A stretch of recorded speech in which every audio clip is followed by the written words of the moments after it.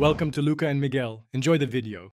You'll begin by confirming essentials: an updated iPhone XR, a carrier that supports eSIM, and the QR or activation details the carrier gave you. Once done, unlock the phone and connect to Wi-Fi so the profile can download reliably. Now open Settings, tap Cellular, and choose Add Cellular Plan. Tap Scan QR code or enter details manually.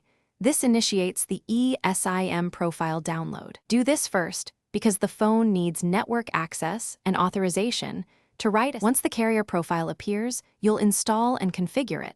Scan the QR or input SMDP plus an activation code, then wait for the profile to validate. After activation, label the new line so you recognize it. Use work, travel, or secondary, because labels drive quick choices later.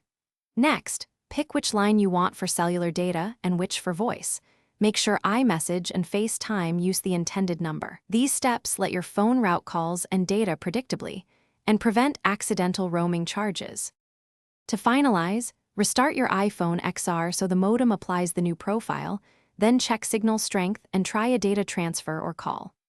Make sure cellular data is set to the correct line and that your carrier shows service.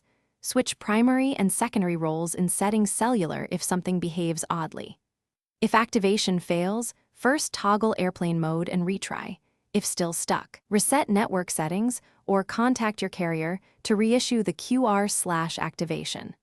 This troubleshooting path resolves most common eSIM activation issues. Thanks for watching and please subscribe. It's the best investment you'll ever make.